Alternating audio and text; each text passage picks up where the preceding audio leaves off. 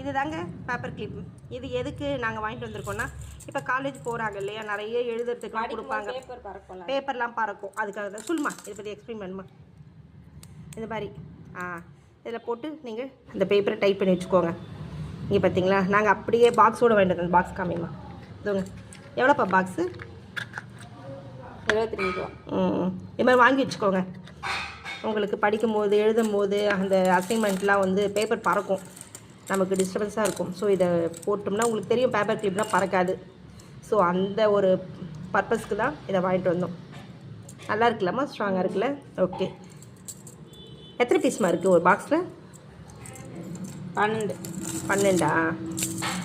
தூக்கி போட்டு நல்லா இருக்கு. சவுண்டு கலகலன்னு கேட்குது. எங்கள் படிக்கிற பொருளெல்லாம் நாங்கள் விளையாட மாட்டோம், சும்மா அந்த சவுண்டுக்காக தான். எப்போவுமே நாங்கள் படிக்கிற பொருளுக்கு மரியாதை கொடுப்போம், படிக்கிற பொருள்லாம் விளையாட மாட்டோம். ஆக்சுவலாக அது வந்து நல்லது இல்லை. ஸோ அதனால் இந்த மாதிரி இந்த சவுண்டு இந்த மாதிரி வாங்கி வச்சுக்கோங்க எமர்ஜென்சிக்கு. பசங்க படிக்கிறது, ஃபைல் பண்ணுறது, அதுக்கு இதுக்கெல்லாம் பின்னெல்லாம் தேடினா அந்த பேப்பர் கிழிஞ்சிரும். இந்த மாதிரி போட்டுக்காங்க. உங்களுக்கு நிறைய விஷயத்துக்கு யூஸ் பண்ணிக்கலாம். பேப்பர்லாம் கிழியாமல் வச்சுக்கலாம். அதோட ஒரு எழுதுகிறோம், முக்கியமான பேப்பரில் எழுதுகிறோன்னா தொலைக்காமல் அப்படியே பண்டில் பண்ணி வச்சுக்கலாம். ஃபைல் போட்டு வச்சுக்கோங்க. தேங்க்ஸ் ஃபார் வாட்சிங்.